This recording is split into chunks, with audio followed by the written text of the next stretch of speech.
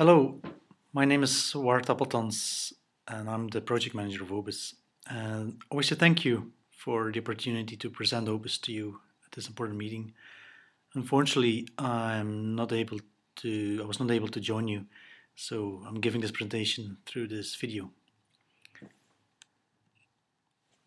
To start with a few numbers, the OBIS consists of 46 million species observations, more than 4 million sampling events, more than 3 million sampling stations, of 170,000 marine species, and it integrates more than 1,900 databases in one central global database.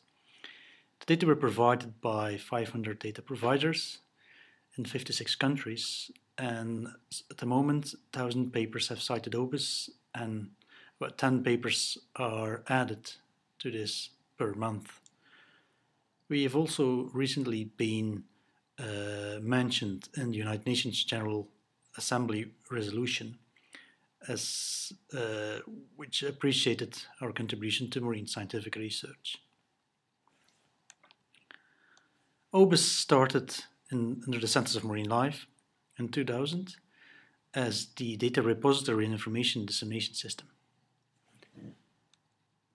But after the census, OBIS was adopted by the Intergovernmental Oceanographic Commission of UNESCO in June 2009 by the 25th session of the Assembly.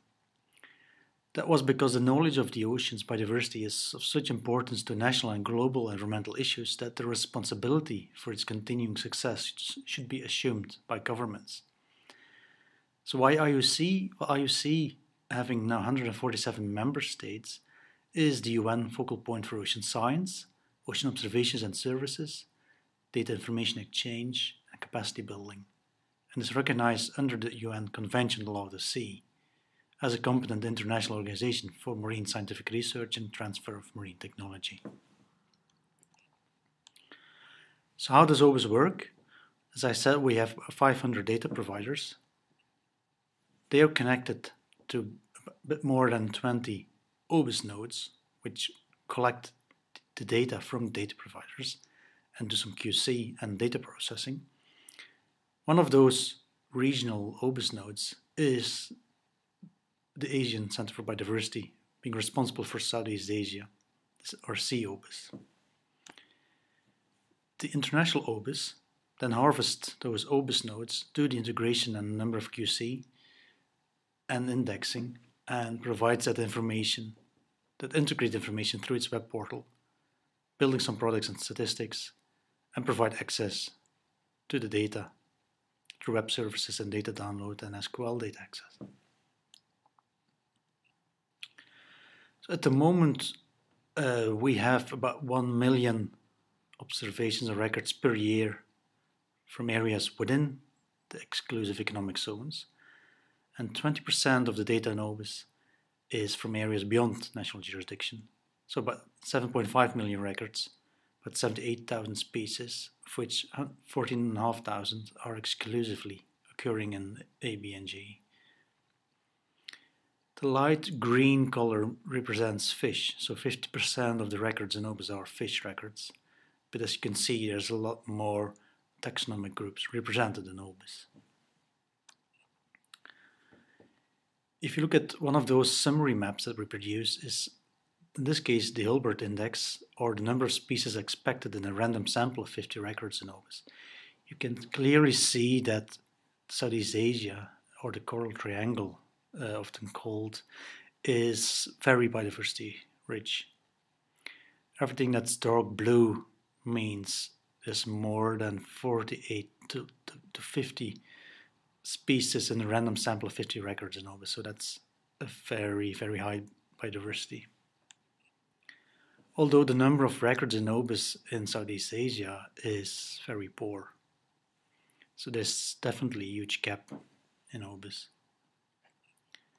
If you look at the number of IUCN red list species or threatened species, the endangered, the critically endangered and the vulnerable species, then again Southeast Asia comes up as an area that should receive special importance, special attention.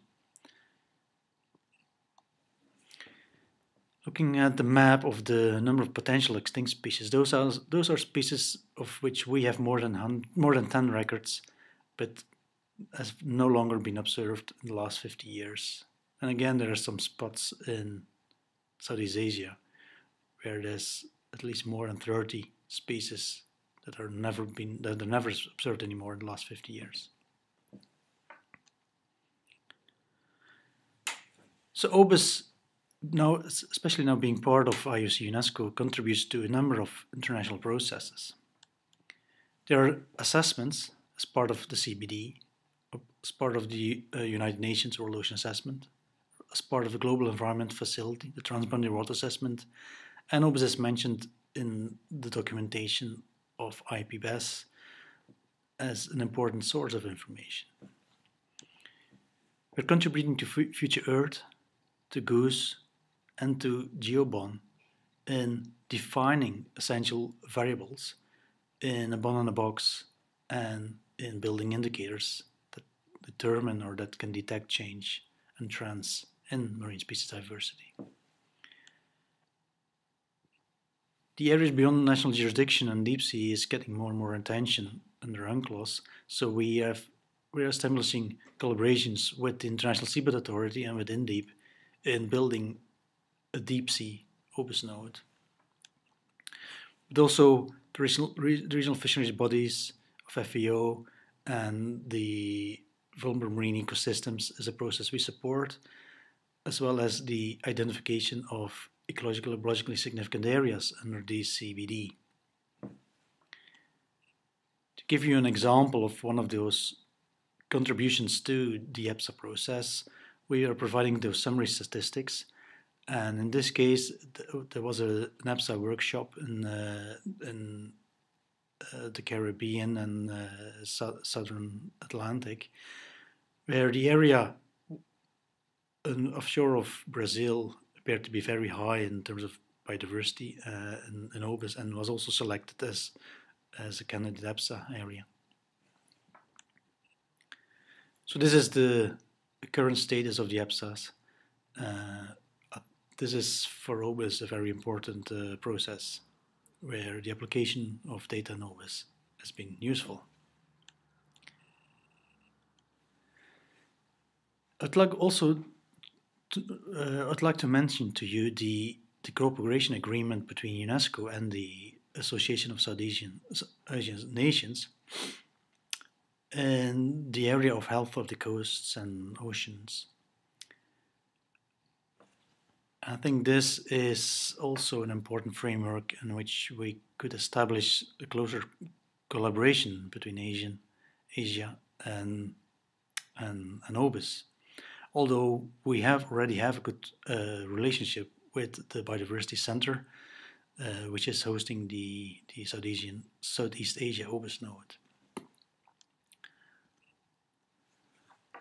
However, it would be good if we could increase collaboration within the region. On this map, I show you the number of institutions that contribute data to OBIS, and as you can see, there's still a large gap in Southeast Asia.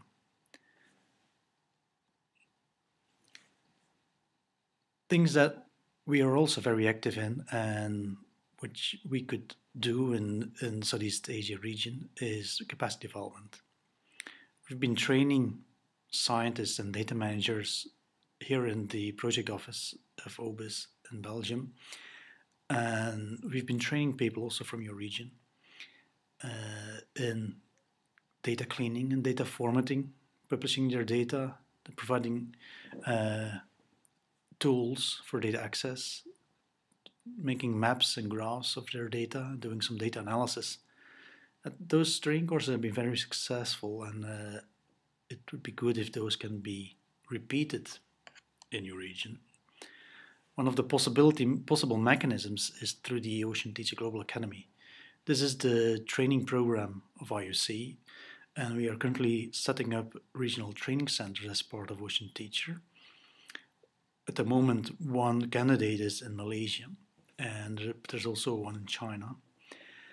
And those regional training centers all use the same online platform for training, for sharing training material.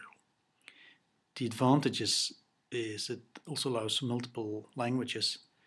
It allows a remote participation to training, and it changes the model from north-south to also south-south and south-north training.